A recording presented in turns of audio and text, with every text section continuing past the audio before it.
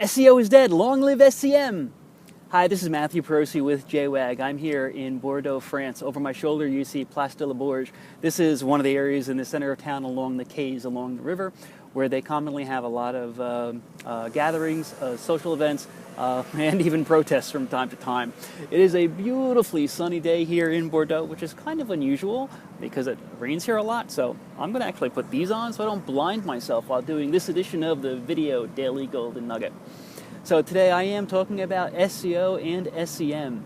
And I'm going to start with saying that I've really never been a fan of long-term search engine optimization services where a small business is expected to pay large sums of money for some type of online work that is supposed to increase your website ranking.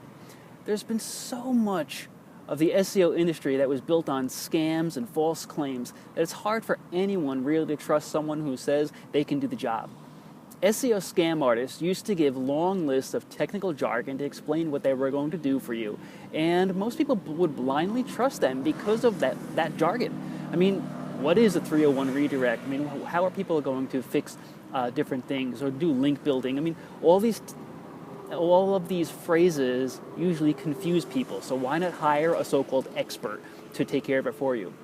Anyway, my personal philosophy has always been one where the bulk of the basic SEO work is handled immediately after you are hired, and then the website owner is trained on how to maintain it on their own without having to perpetually pay for the SEO services.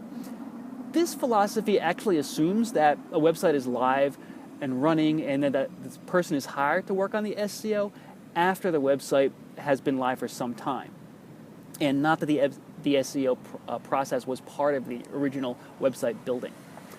As an SEO professional, I really don't like how I personally feel when I tell someone they need to pay for XYZ SEO services forever. Honestly, I can see the sinking look in their eye and I can hear it in their voice when I tell them on the telephone. Who can really afford to pay for the online SEO services over and over and over again when they don't really understand what the value is? As a specialist in the jewelry industry, I realized that SEO services could be fine-tuned and then started in preparation for events or seasons, like before you have a big sale or the upcoming holiday season. And then they can be stopped after that time has passed.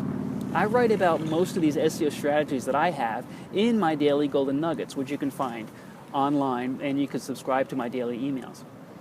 Anyone can follow the ideas that I write about.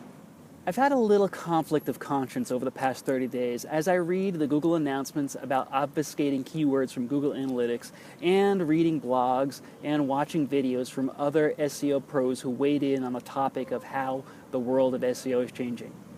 Over the last few years, Google and Apple have been both the driving forces on how the internet has evolved. In September 2013, Google changed their underlying search engine software and announced something called Hummingbird. They also announced a new version of their Android iOS called KitKat. Google also merged how Google Plus and YouTube work together. And they decimated the SEO world with blocking those keywords in Google Analytics. In September 2013, Apple released their iOS 7, and they also released 2 versions of their iPhone 5 series.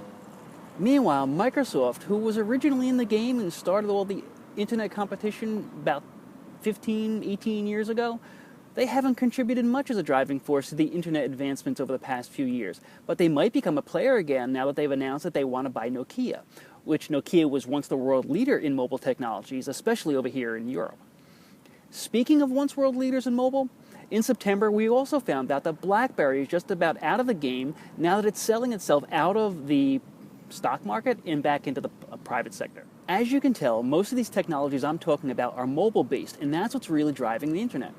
Every one of these changes in technology has an effect on how the internet will work tomorrow and for at least the next 12 months. Every one of these changes in technologies also calls into question any of the SEO strategies that we've all been using. About last year this time, I was a big proponent of HubSpot's Marketing Grader website, which you can find at marketing.grader.com. But after 12 months of looking at the reports, the only thing I realized that it's good for is making people panic. Several of my customers were watching their grades fall or stay the same, and they were wondering why they were bothering to pay me any money on a monthly basis. Meanwhile, they weren't really paying attention to their sales reports because it was clear that the increase in sales they were experiencing was because of the SEO efforts. And it became obvious to me that HubSpot's marketing grader is designed to convince people that they need to spend more money faster on SEO services. It's all rubbish. So here we are, approaching the end of 2013, and mastering marketing online and on the internet seems to be a huge unknown. How will it work from now on? I'm not exactly sure, but here are 6 of my thoughts. Number 1, search engine optimization, or SEO, needs to be replaced as a general marketing concept by search engine marketing, or SEM for short, which better explains the entire process. Please yell at me from now on whenever I knee-jerk refer to SEO instead of SEM. Number 2, SEM can no longer be an afterthought. SEM needs to be part of your overall marketing plan. Number 3, you need to find someone versed in all areas of marketing, including writing copy, offline ads, and online strategies, who can manage your SEM for you.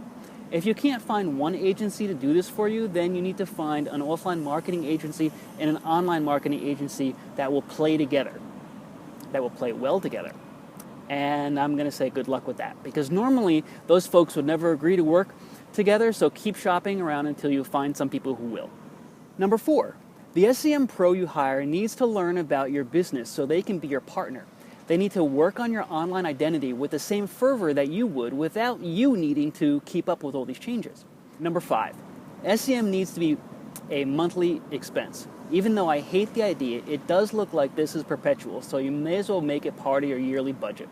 This could translate into a full-time employee dedicated to the job, or you can hire an agency to do it monthly for you. Number 6, unlike my previous strategies to correct all SEO problems quickly, then phase out the SEO work, the SEM strategy needs to be continual. Consistent online activities over the long term have always produced positive business results. I don't see this changing, which is why SEM needs to be perpetual. The seasons are changing right now, and with it, we all have to mature from our SEO way of thinking into the SEM way of thinking. Find out more daily golden nuggets at www.jwag.biz for your daily dose of high-quality online marketing tips like this one in written form. And you can sign up for the daily emails. They're all for the retail jewelry industry. You can follow me on Twitter, Facebook, and Google+. Just search for my name, Matthew Perosi. That's it for this Daily Golden Nugget video edition. I'll see you next time.